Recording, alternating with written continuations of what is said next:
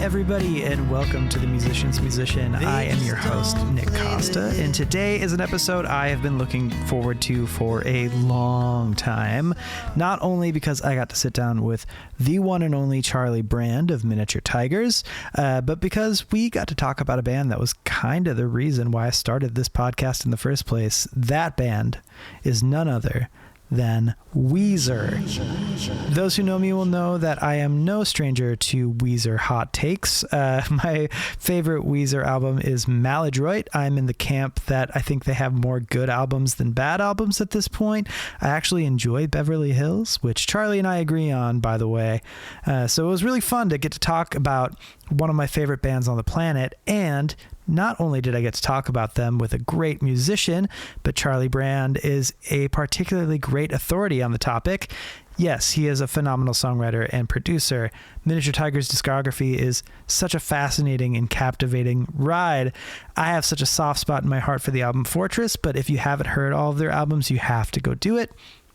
But the thing that makes this particularly interesting is that Charlie has actually worked with Weezer on a few of their records. He engineered the album Van Weezer, one of the most underrated Weezer albums, by the way, as well as Winter and Summer, the SZNZ EPs, which are the best two of the four by a lot. So it was interesting to hear about his work with them, along with why he became a fan and how their music inspires his own fantastic songwriting and production. So yeah, before we get into the interview, I have only about 3 more weeks to bug you about my new album's Indiegogo campaign, so let me yap at you for a sec.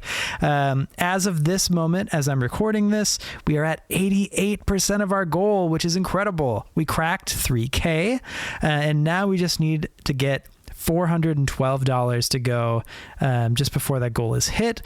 I purposefully set what I think is a very modest goal because I'm not really trying to use crowdfunding to get rich. I just want to be able to cover the costs because I love this album more than anything I've ever made, and I'd love to see it released in a way that feels as special as I think that it is. You can hear the 3 singles on all streaming services right now: Poppies, Cherry Blossom, and Thunder. I'm realizing just in this moment that I named 2 of the songs after flowers. That was not intentional, but just in case you want to try it before you buy it, go stream it. I'm also going to give folks who pre-order the album a private streaming link about a week before it comes out, because people that rad shouldn't have to wait for a damn thing in their lives. The link will be in the description of this episode, but you can also go to igg.me/at/WTLGO,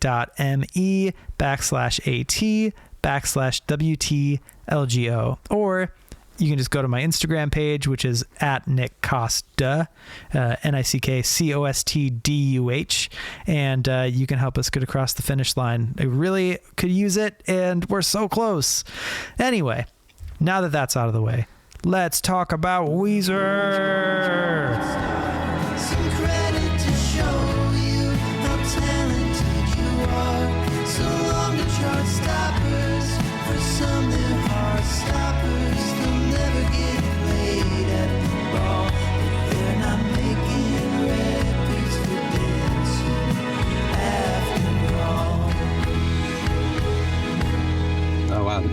There it is. All right. I am here with Charlie Brand. Charlie, thanks for being a musician's musician. Yeah, thanks for having me. Of course. We are going to talk about just one of my favorite bands on the planet, which is Weezer. We have that in common. But before we get into that, I do want to ask, what's new with you? Is there new? I think I saw that you were doing like a solo record a while back. I don't know if that's still happening. Is there Miniature Tigers? Yeah, I'm working on a solo record right now, just kind of slowly chipping away at it. Yeah. Mostly just doing like writing and producing with other people right now, but when I have time, I'm kind of getting into my little solo thing. That's great. Yeah, I know you're really busy with producing stuff, it seems, which is awesome. I'm glad it seems that way. Yeah. Maybe not while you're in the moment, but at least from my perspective, it seems like you're doing a lot of cool stuff. And you're also like tattooing people now? Yeah, I picked up a tattoo gun over Christmas, and yes. I've been doing tattoos. That rules. Yeah, that's been fun. So if you need a tattoo. I I'm never opposed to getting a tattoo. I've gotten a lot of random ones just based on a feeling, and I really like the ones that you're doing. So, give you a Weezer tattoo. Yes, done. Deal. Give you the dog from the Ratitude cover. Oh, I would love that. Actually, it's my least favorite Weezer album, but it's my favorite cover. It's up there with my favorite covers of this. Yeah, it's maybe got to be my least as well, but yeah, has moments though. But so I mean, yeah, let's just get into that. We're gonna talk about Weezer. We're gonna talk about not specifically, but we're gonna kind of center around Pinkerton, which is an incredible record. I'm particularly excited to talk with you about Weezer, not just because I've been a fan of your music and can kind of like sense the inspiration here and there from them, but like you've worked with Weezer. I have worked with Weezer. That's rad. It was very rad. It was crazy. I mean, it was like a Make-A-Wish thing. I want to hear more about that. Before we do talk about that though, do you remember the first time that you heard Weezer's music? Or is there like one that sticks out? Yeah, I mean, I must have seen, like I think probably, I mean, I used to watch a lot of MTV, so probably it was like the Sweater Song or even Say It Ain't So. Like I do remember the Say It Ain't So video pretty vividly, so that might have been my first like real interaction with Weezer.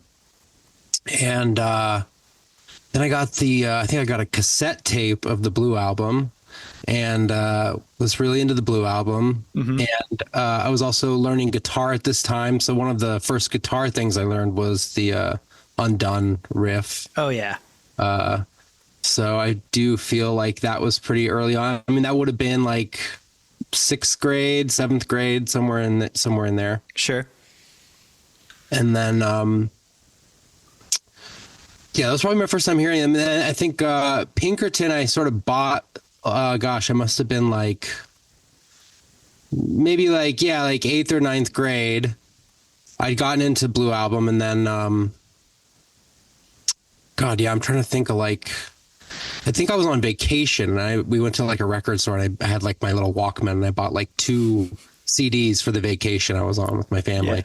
And Pinkerton was one of them, and I was like, oh, okay, Weezer, I guess. I don't even think I was like understood the concept of a band has more than one record. You know what I mean? Like, I just didn't understand how music worked, I think, at that time. Yeah. And then got that record, and I don't even think I was like that into it, but I think there were certain moments in it that just sounded like the vacation I was on. Yeah. And, we were in Hawaii, full disclosure. Oh, and, cool. And I think, what's the song? Like, was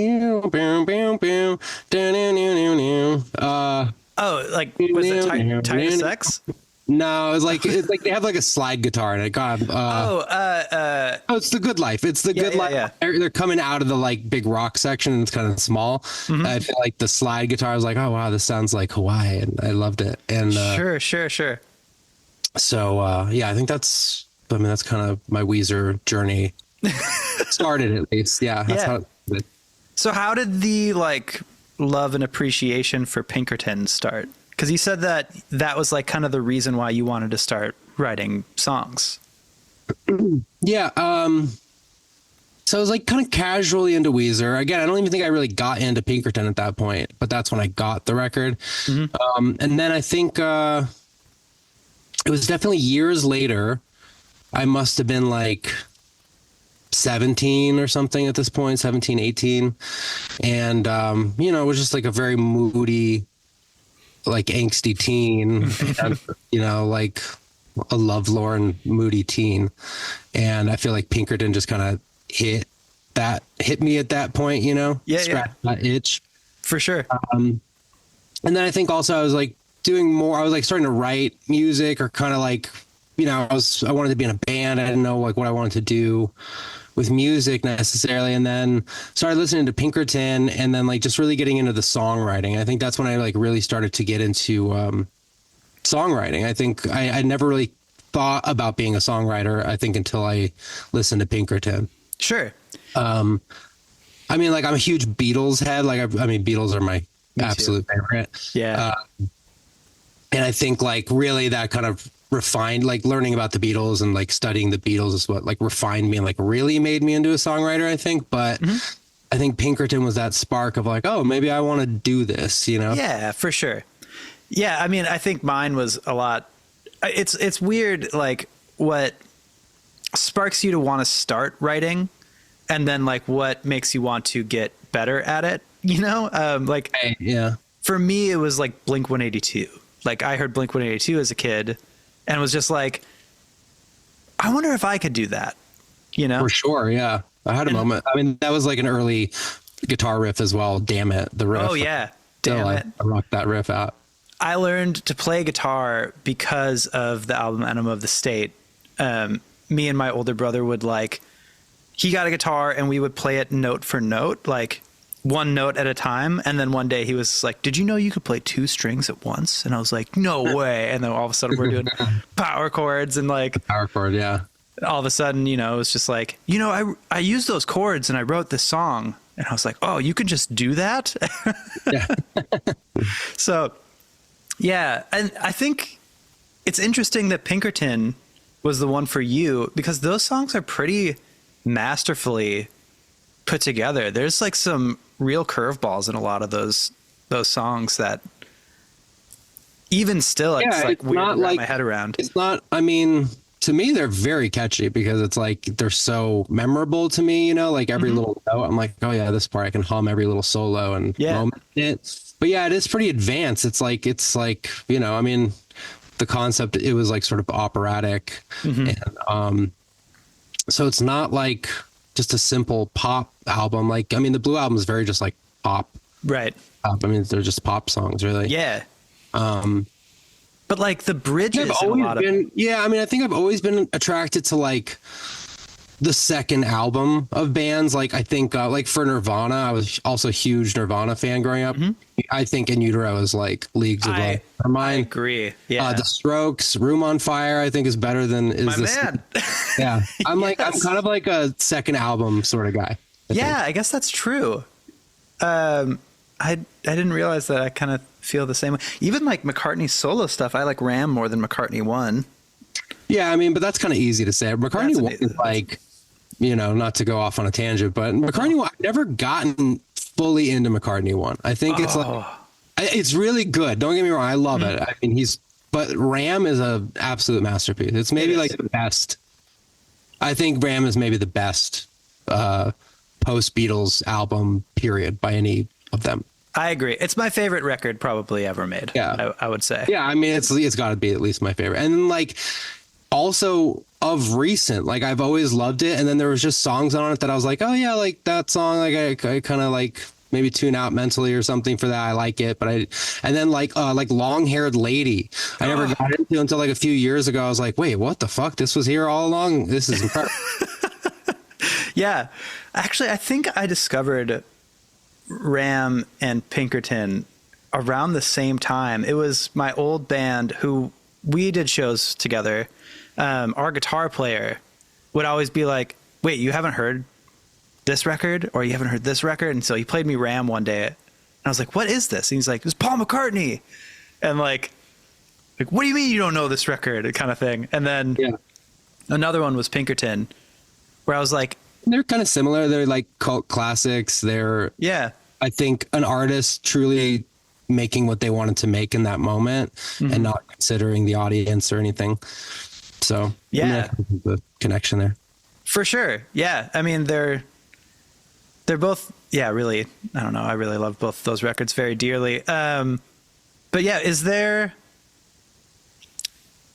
I'm trying to like think there's like moments that I can kind of connect with like Weezer's music and at least like the Miniature Tiger stuff that I've heard.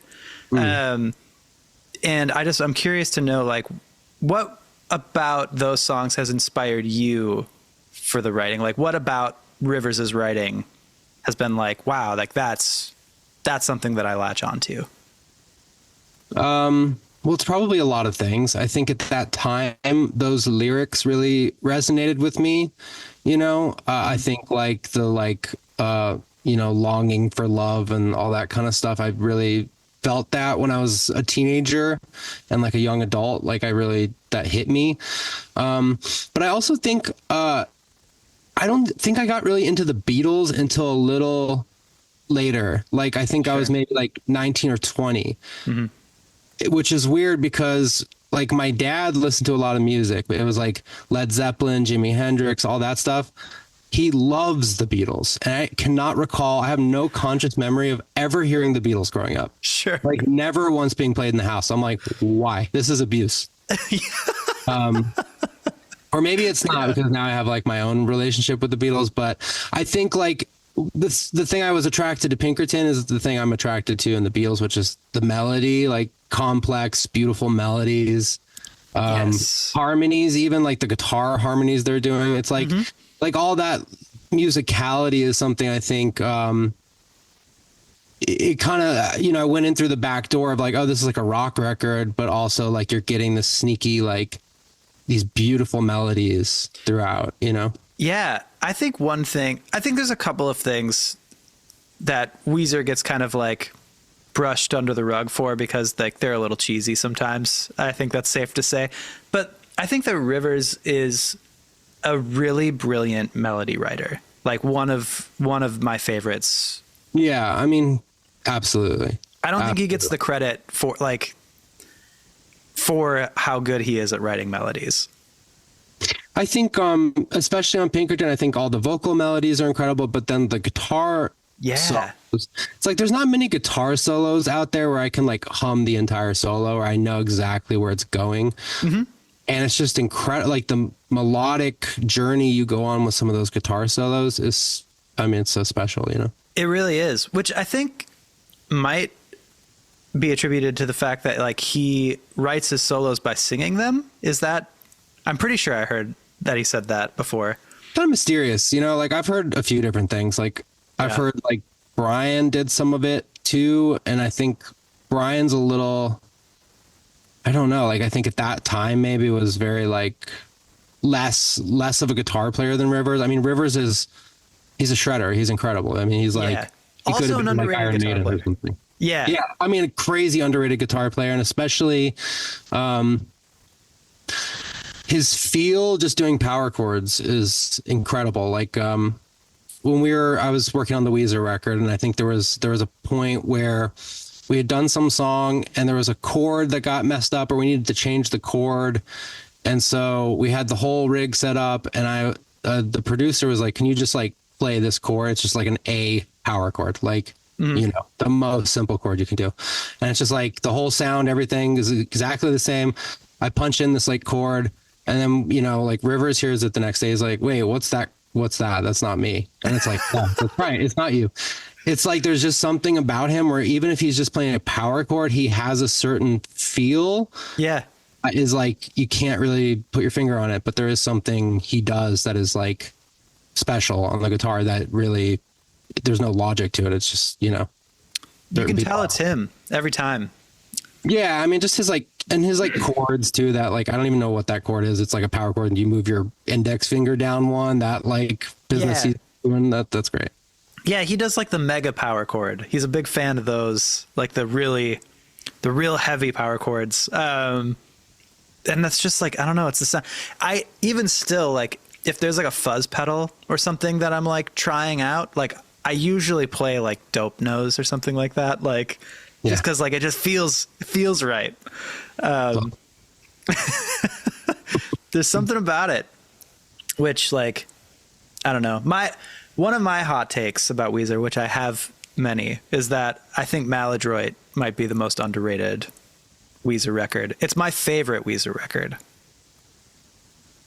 Yeah, Maladroit's funny. Like, I feel Maladroit for me it's an interesting record because if you're a Weezer fan at the time that was coming out, they were like putting up demos of Maladroit as they're making it. It was kind of like when Kanye did Life of Pablo and he was like retooling the album every song. It was kind of like they were doing that. It was like you basically got to be a part of the demo process and the making of the album. You get to hear the songs like evolve from like a rough demo into Maladroit, the album coming out. Yeah. And I think there was like, I mean, this is really an interesting thing about the process is like, sometimes you don't want to see how the sausage is made because it sort of ruins the experience. You know, it's like, Sure. I'm a big Frank Ocean fan. I find him like his music to be like incredible. And I love how he presents himself. Like, I don't know that much about Frank Ocean. And I'm the kind of guy that like, if there's someone I love, I like the Beatles, for example, like stump me about a Beatles fact. I know it all, you know, it's like, I get obsessed with bands I love and artists I love. And the fact that I don't know much about Frank Ocean, I think adds to the like enjoyment of that music, where it's like, here's a documentary about how I made, you know, this like Blonde. I would be like, oh, okay, that's cool. Or like finding out Martha, My Dear is about a dog, which I actually like, but you know, it's like, oh, well, now there's no room for me to imagine how I feel about the thing. What were we talking about? Maladroit? Yeah. So Maladroit, I mean, I think there was like certain things where it's like they changed a lyric, you know what I mean? And then I'm like, oh, but I'm so used, like I had demo-itis, you know, where it's like, I heard a version of like, what is it? What's the song? Like American Gigolo on that or something. It wasn't called that at first. It was like some other song had different lyrics, I think. Yeah, it was.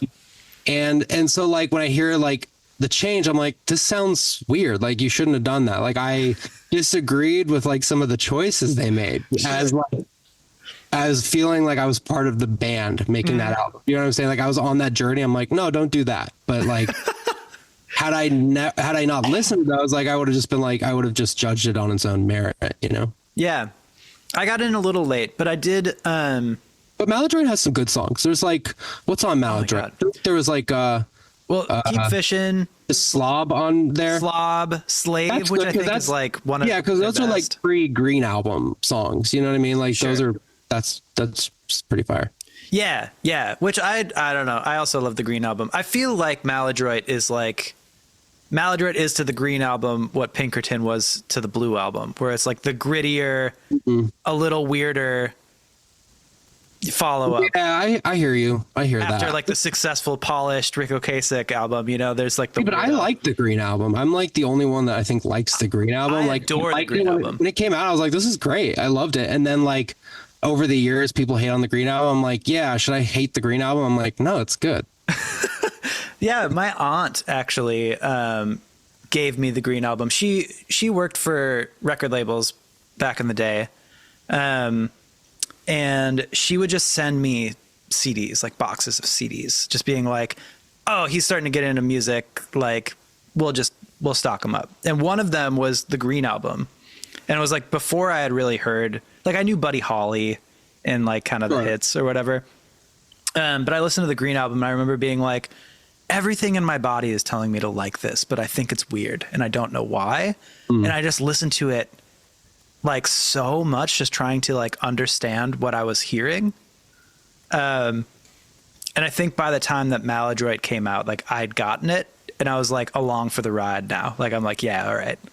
So like Keep Fishing came out as a single and I was like, hell yeah.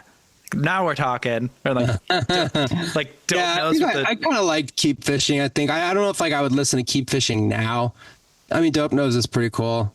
Dope Knows rips. Green Album really, like, I feel like is the like Weezer, depending on how you look at it, like villain origin story as far as like some of the stuff they've done that I haven't been a fan of since, which is like chasing like pop hits, which they've had many of, which is great, and I love that. Love the hits, but I think they like coming off of Pinkerton, like him, you know, being disillusioned with like he made a piece of art and it like wasn't commercially successful and like I guess I don't know lost his mind or something, and then they made the Green Album. They had Island in the Sun, which was like, I mean, that's still like it's just like part of the zeitgeist. It's a huge song. It's like bigger than Weezer itself, you know? Yeah. And so I think like having come back from the brink and had a hit, like I feel like they're chasing that feeling. So they always want like a hit as opposed to making just like, I think this is, you know, going into like why we don't have another Pinkerton.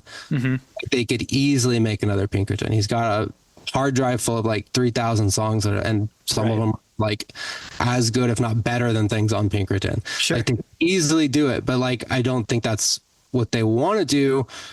which I get as an artist. Like if someone's like, yo, go make your first album again, I'd be like, no, Right. Yeah. I don't want to do that. And like, I get it. But I don't know where I was going with this. It was No, I'm following along. You got me in my feelings. I don't know. No, it's interesting that you say that, because on Van Weezer, the album that you worked on, which I have here,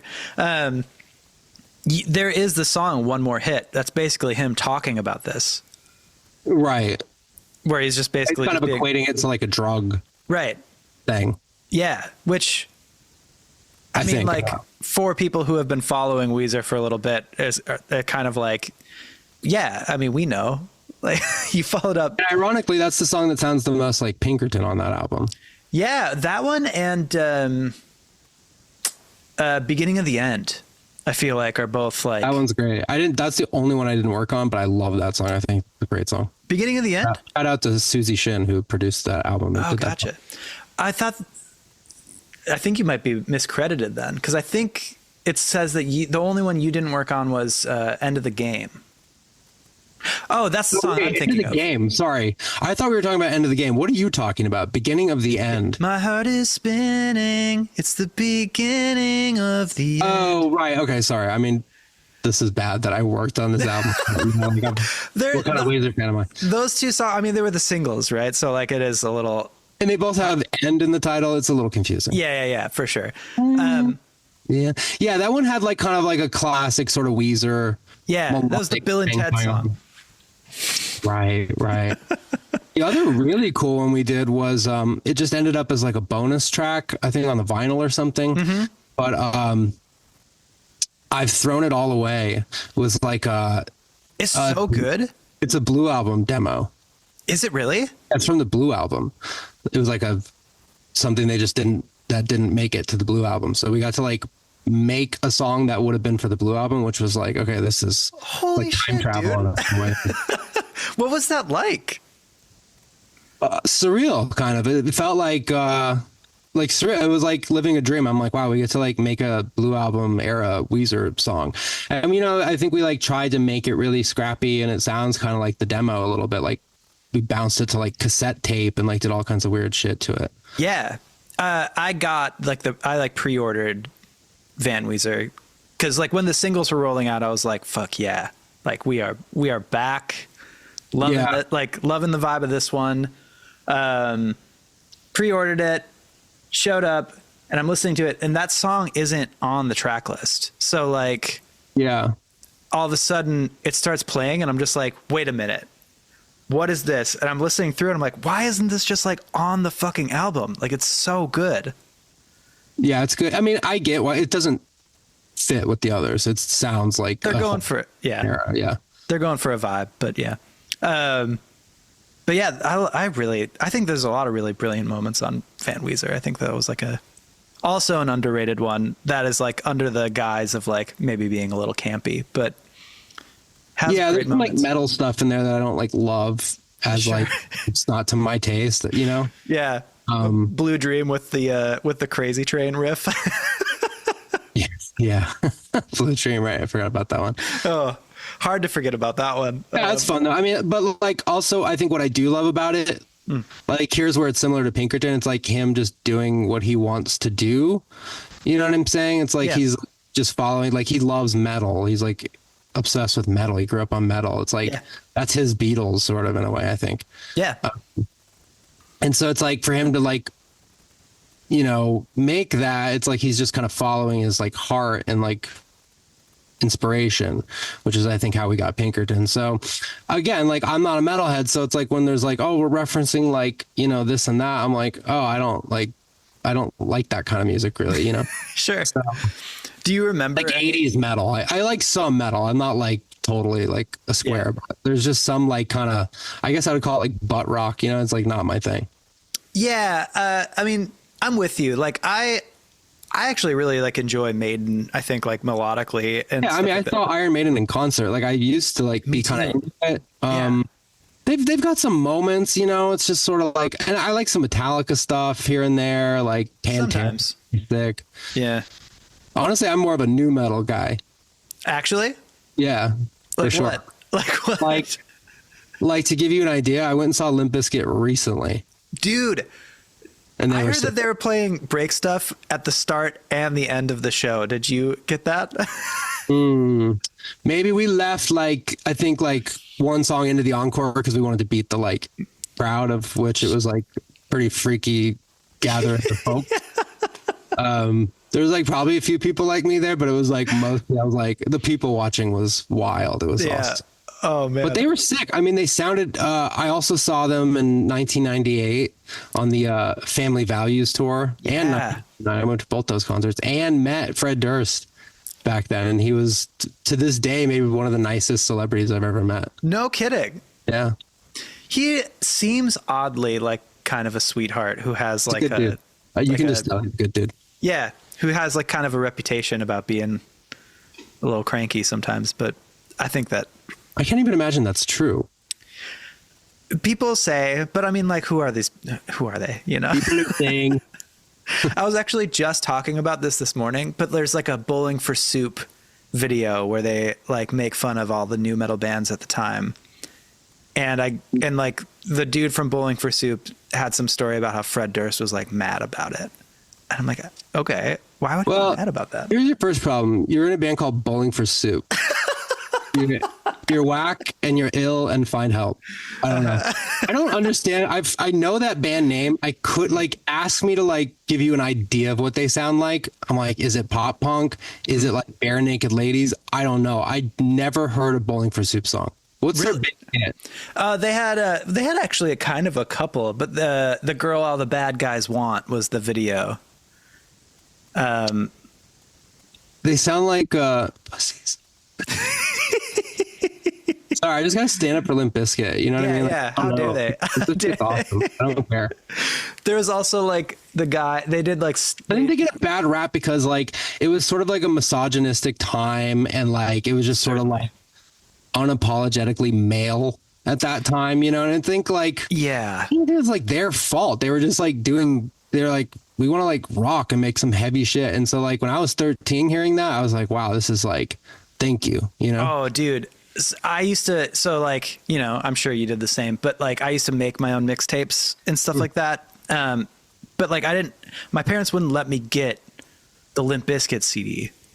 For a good reason. Yeah, which like makes sense. I was like, Mom, I want chocolate starfish and the hot dog flavored water. And she's like, there's not a chance in hell that you're getting that. Now, see, that's kind of where I fell off on Limp Bizkit. Like that's where I stopped listening to Limp Bizkit. You're a significant other in $3 bill. I was really a $3 bill and then significant other. Yes. But like $3 bill was like so heavy and cool. Yeah. And then, when it got a little too commercial, I mean, again, like tying this back to Weezer, it's like, chocolate starfish is like their make believe, maybe, you know what I mean, where it's like shooting for the stars, like big budget commercial. We got Rick Rubin in the house on that one. I don't know who produced chocolate starfish. I'm actually gonna look that up. I'm a little curious. Watch it be Rick Rubin though. I mean, it might be. Let's see, this is good radio right here. Producer, here we go. Terry Date. I feel like he did some of the Korn stuff. Maybe he did like he might have. I feel like Terry Date did like Got the Life and all that.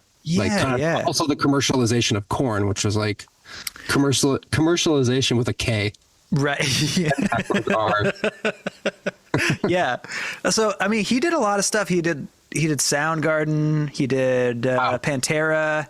He did Deftones Adrenaline. Oh man, Deftones and Around the Fur. I love Deftones, and I love that they've come back. They're like Gen Z found Deftones. Now they're like huge. It's like they're like playing Madison Square Garden and stuff. Like they were nowhere, and then like somehow I love Deftones. I saw them in concert as well.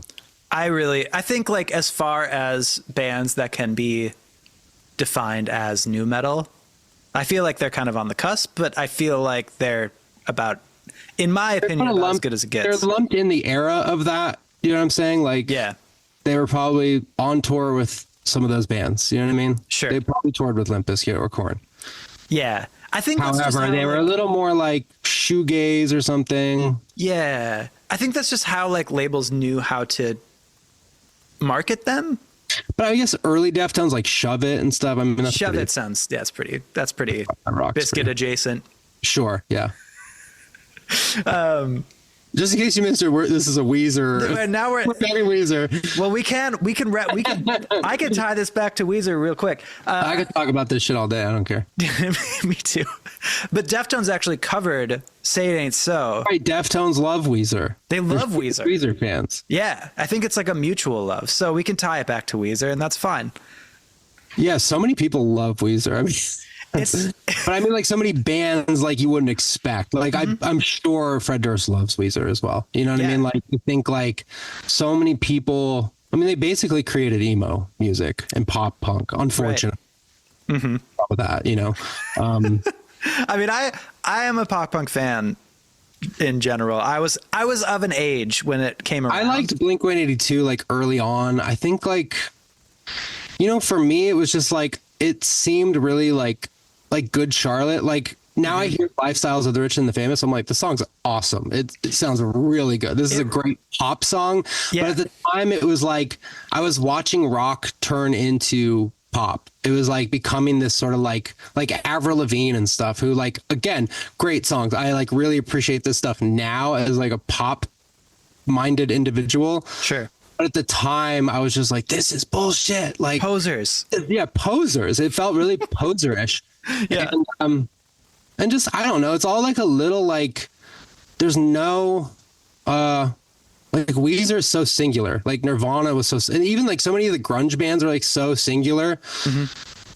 A lot of like early 2000s indie music was singular. Pop punk, it's like, I don't know, like it all said like everybody's doing this voice. Oh God, yeah. Like it's like sort of this thing with like everybody's just kind of doing this, using the same formula, and I don't fuck with that. I think that's really lazy and whack. Yeah, there got to be a point, even for me, like as a kid, when all those bands were coming around, where I was just like, I could like sniff them out, where I was just like, nah, like Simple Plan and stuff like that. I was like, nah, you guys don't cut it. Industry plants. Yeah, you guys aren't cool. It's also like punk, pop and punk, those words don't belong together. Do you know what I'm saying? It's not, I guess Nirvana kind of was like maybe the only people that like really did that job. I mean, there's actually many people that have done that job, but like Nirvana was pretty punk. And then also like, those are some of the biggest pop songs of the 90s. Yeah, too. For sure. Yeah. I think that there's like a distinction that I heard only recently, but it was like, I think Fat Mike from NoFX called it melodic punk. And like that does feel like a different thing. Like you have NoFX and like No Use for a Name and like those kinds of Bad Religion and that stuff like that, where like, you know, those are punk bands that are melodic and like. Also, you know, this is just one man's opinion. Like I also don't really love like hair metal, you know, but it's like some people love that, and like really like there's people that hate Weezer, you know, think it's super whack. Right. Oh, there are a lot of people who don't like Weezer, and I feel like every time I like post about, I don't like Weezer. You know what I mean? I love Weezer. I love Weezer, but sometimes I don't like Weezer. You know what I mean? Oh yeah. The whiplash of being a Weezer fan is. Oh, it's just like I feel like I've like had therapy. I'm like, okay, like I don't let myself get as like emotionally involved anymore. It's like if there's a great Weezer song, I'm like really stoked. But if they like do something where I'm like, oh, this is like doesn't feel like this feels like a false note in the catalog. You know what I mean? It doesn't feel like this is coming from a real place. I'm sure it all is, I guess. I mean, like, I don't know. There's moments though where I'm like, I don't know. You know what was really good was sorry to cut you off, but is Everything Will Be All Right in the End. God, I love that record. I was gonna say again. Yeah, there's like you get Rick Ocasek again, and then like there was that record, and then there was the White Album, and I was like kind of back to being like, that's my like we're back. Like I love those two records still so much. And then Pacific Daydream came out, and then it was like Pacific Daydream, Teal, and the Black Album, and I was like, God damn it. I mean, I just like stopped following it. Like there was a time where I like really like a Weezer album would come out and I'd listen to every song. I like really like, even if I was like Gratitude, for example, I was like, oh no. And then like, you know, I still listened to every single song. There was a time where I was like really following Weezer like with a passion. And I think like, I don't even know what's on Pacific Daydream. I've never really listened to it. Like I've maybe skimmed a few songs, but like I think, and you know, I think that's just kind of natural with a band. Like maybe I'd feel this way about the Beatles if they kept going. There'd probably be Beatles. Like there's Paul McCartney songs that I've never heard. There's just some I've never heard. And that's Paul McCartney. You know what I mean? Yeah. I've done like a few deep dives of artists that I feel like I had like blind spots on. And like Paul McCartney was the first one because I had that moment. Like I love Paul McCartney's music so much. And there's swaths of his career that I just have no idea about. So I want to learn. And then I did it and I listened through and I was just like, I think I'm all right actually with not knowing much about there's some that. good, I mean, there is some good stuff in there. Like I recently listened to a few songs from, God, what's that album? It has the worst title. London Town. London Town has moments that are great. But there's some moments there I'm like, oh, this is really good. Yeah. It also has moments where I'm like, yeah, no, I'm like, this isn't music. Like, I don't know what I'm listening to, which is crazy because it's like, you're so like, I guess at a point, it's just like, you just run out of melodies or something. I don't know what happens, but. Yeah. I mean, yeah, it's weird. Like McCartney being like, probably like my melodic hero. Right. Him and Rivers, honestly. Songwriting, production, everything. He's like the man. He's God. But then hearing moments like in his career, and same with Weezer, where you're just like, what are we doing here? What are we doing here? Well, you put this on a record. What's the one with like Lil Wayne? That's on Ratitude. Is that I Can't Stop Partying? Mm-hmm. I don't like their like I don't like when he's like doing that thing. The partying thing? Yeah. It just feels, it's like so inauthentic because it's like, I mean, even if I hadn't met him, I would know he doesn't party. You know what I'm saying? Like he's just not someone that like drinks and parties. Uh-huh. And it's like writing a song like that. I just don't get it. The interesting thing that with that song is like there's a demo from like the Alone records that he put out. There's a demo of it where it's like acoustic and like kind of slower, and it feels like maybe kind of sad. I could get that. Maybe like the sort of like ironic where it's thing. like I think the present. I mean, again, it's like, okay, fine. Then like I'm gonna make you a steak, but I'm gonna serve it to you on like a T-shirt or something. Or like, dude, what? That's exactly right though. Like T-shirt and a spoon. Have this perfectly cooked steak or something. You know what I mean? It just like doesn't work. It's like this beautiful, like heartbreaking song, and then he turns it into like, actually, no, we're just gonna make it about partying. Yeah, it's like you are get Lil Wayne on it. Yeah, like you're Weezer, man. Like, what are you? We're not here to party. We're here to like, dude. You bring people to Shakespeare plays. Like, calm down. Yeah, you go to the opera. You know, it's like you're not doing ketamine or whatever. You know. Yeah, you take vows of silence for months at a time, man.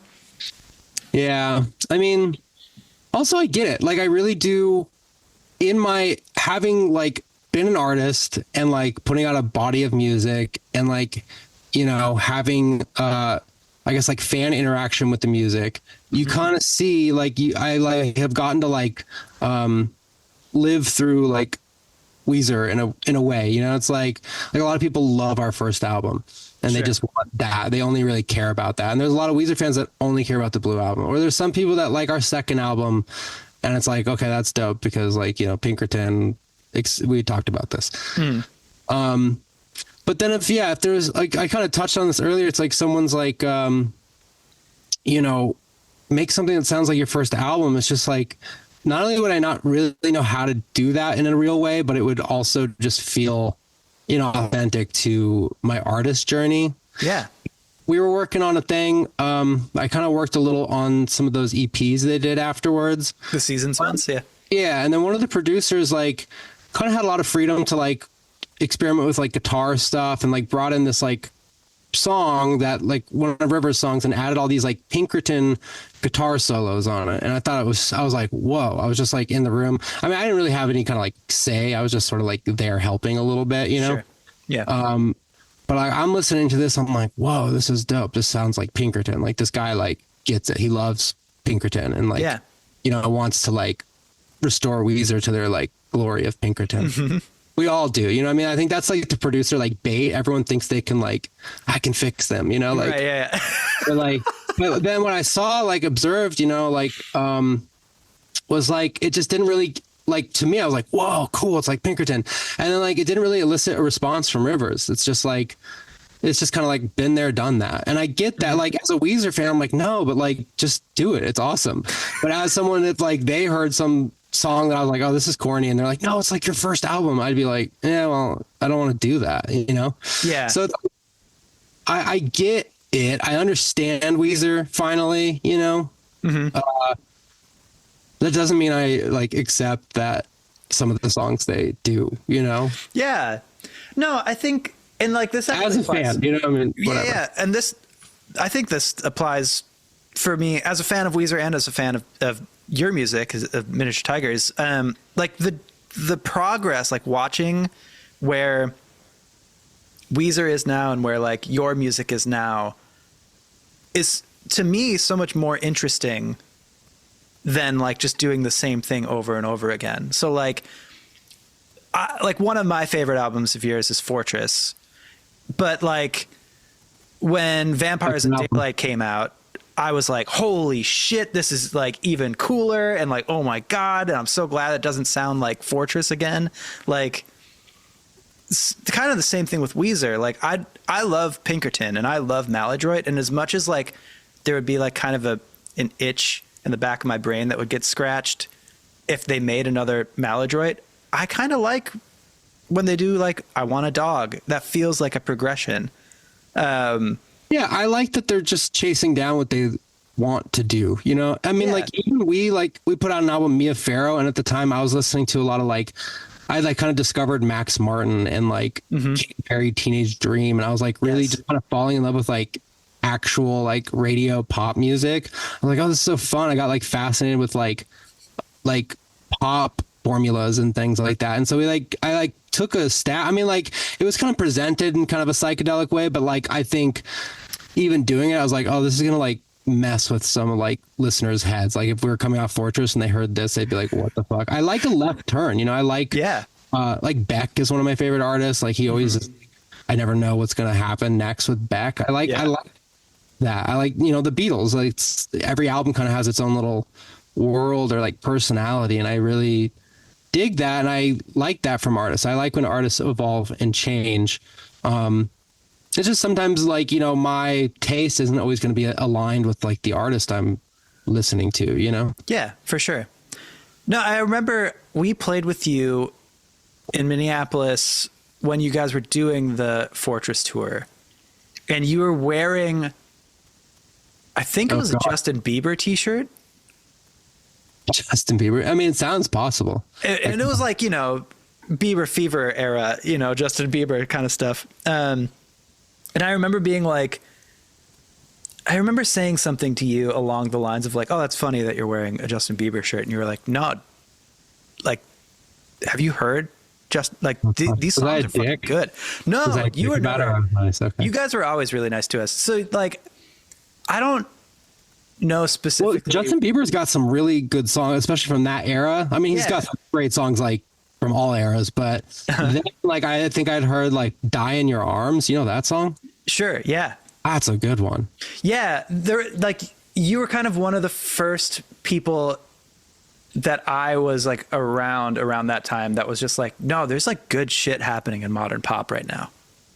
And there was, I mean, that was a really good time that I don't think we've fully like ever captured. Yeah. I mean, there's been some good pop songs. I mean, there's been great pop songs since, but like that time when it was like Teenage Dream and all that stuff, I was like unbelievable. It was a moment. And then, yeah, when Mia Farrow came out, I think like you know, me and all my bandmates were like, holy shit, like this is rad. I thought you were going to say, holy shit, these guys really fucked up. No, I think that we followed you guys, you know, kind of ever since, because you guys were really nice to us and you always had us play with you, which was super nice. But, like also just you guys were just so musically interesting. And every time we saw you guys and every time we heard a new record from you guys, it was always so different, but still so good. And so it was just like, man, this is like, what a cool band. Like, Oh, thanks, dude. yeah, of course. Tried to mix it up, you know? Yeah, for sure. Not to keep going on it, but I was listening to Fortress last night, just kind of like get ready for this conversation again. And I remembered also a moment where I told you that I had been listening to this record and that I had been pretty much exclusively listening to it while I played Ocarina of Time for the first time. Oh, wow. And you were like, that's the nicest thing anybody said about this record. I mean, yeah, that's such a soothing game. And like the soundtrack is soothing. To opt into our album over that soundtrack is like, you know, Yes. I mean, that's high praise. It matched. It's like a very special moment in my life is listening to that record and playing Ocarina of Time for the first time. Oh, amazing. I love it. But let's get back into Weezer just real quick. I don't want to keep it for the rest of the day or anything, but I do generally kind of ask something along these lines, and I think this could be kind of an interesting take. Like, I want to know your perspective on this, but like, if you could pick the top 5 Weezer records, what would be your top 5? Or is there 5? Imagine I was like, no. It's just 2. I mean, like, I mean, Pinkerton would be number 1. Blue Album would be number 2, obviously. Sure. Honestly, maybe like Green Album, 3rd. Yeah. Hell yeah.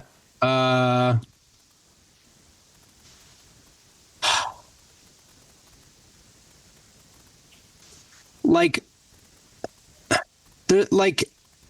right. Okay. So there's like songs.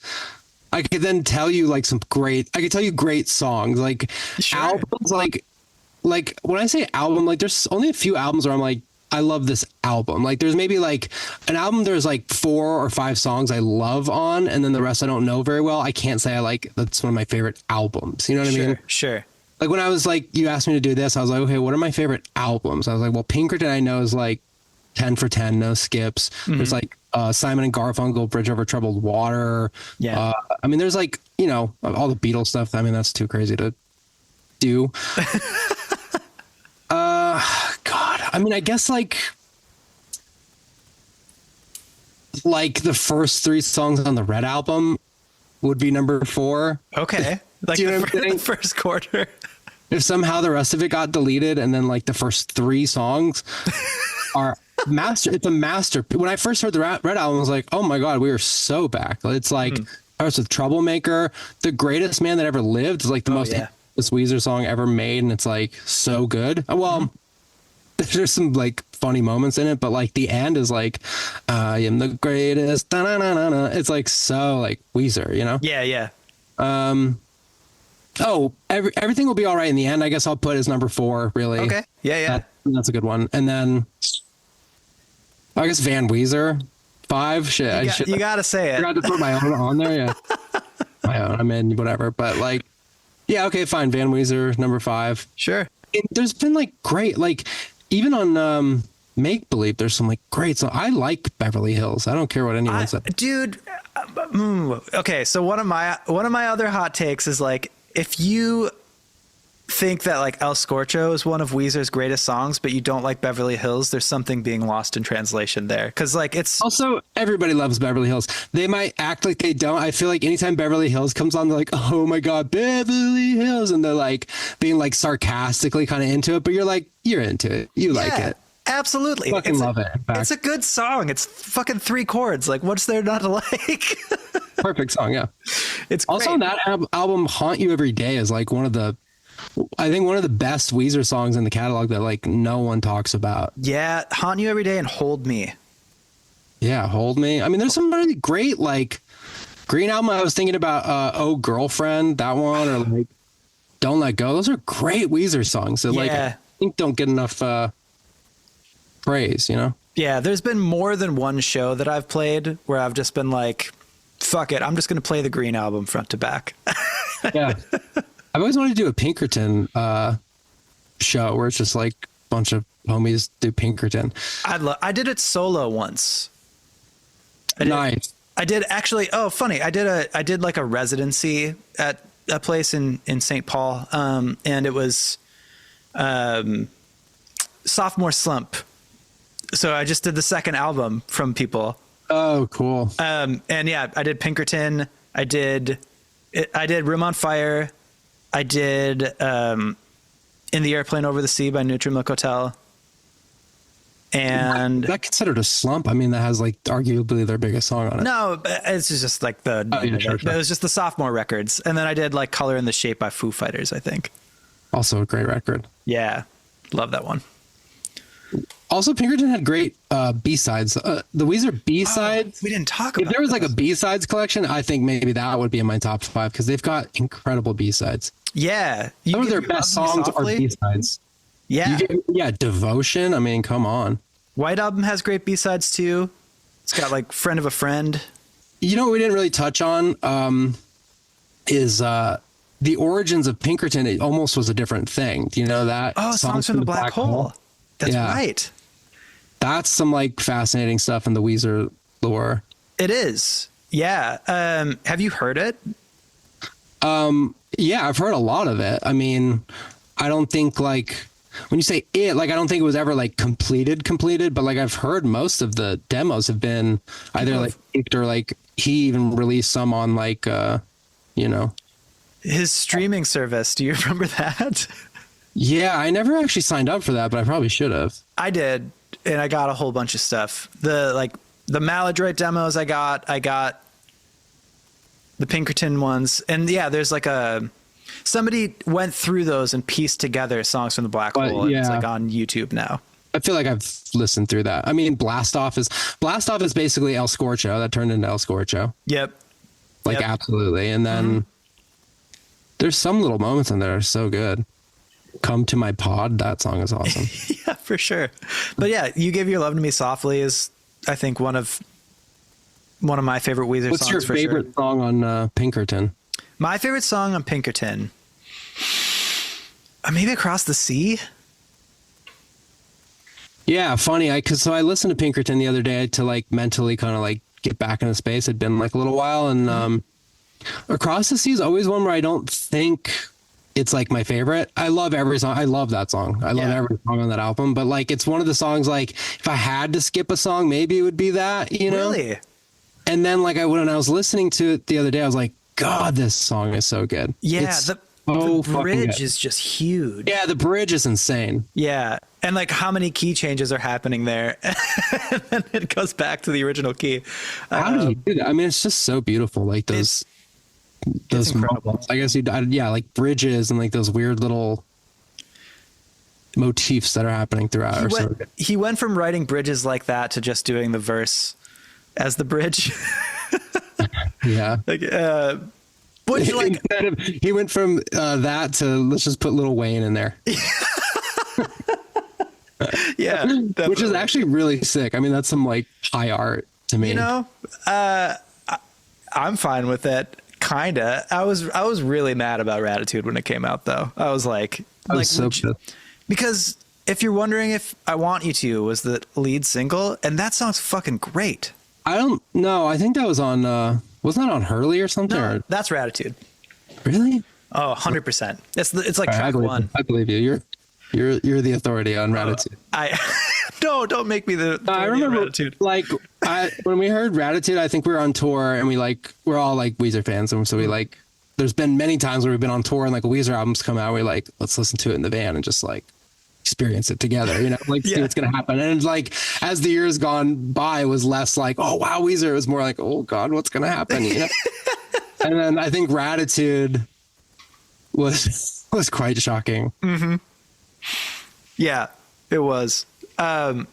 Actually, funny you mentioned that. I was on tour at one point, and our bass player, it was like the day the White Album came out, our bass player, who's also a Weezer fan, was just like, I'm going to listen to the Weezer album and I'll tell you if it's good. And I was like, okay.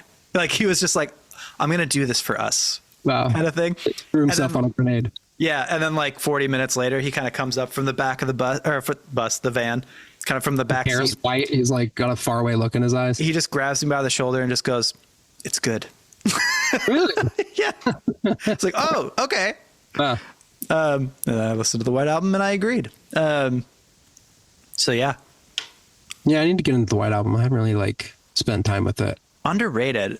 White Album and OK Human, I think, are both like seen from big Weezer heads as being like worthy of the Weezerdom. Right. Okay. Yeah, I need to like reacquaint. Yeah. OK Human's great too because it's like 28 minutes. It's like nothing. Yeah, that's good. I like that they did like this organic kind of. It works with that. Yeah, I gotta check out OK Human. It's good. It's good.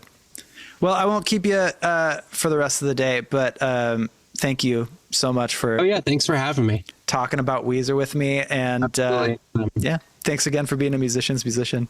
Yeah, for sure, dude.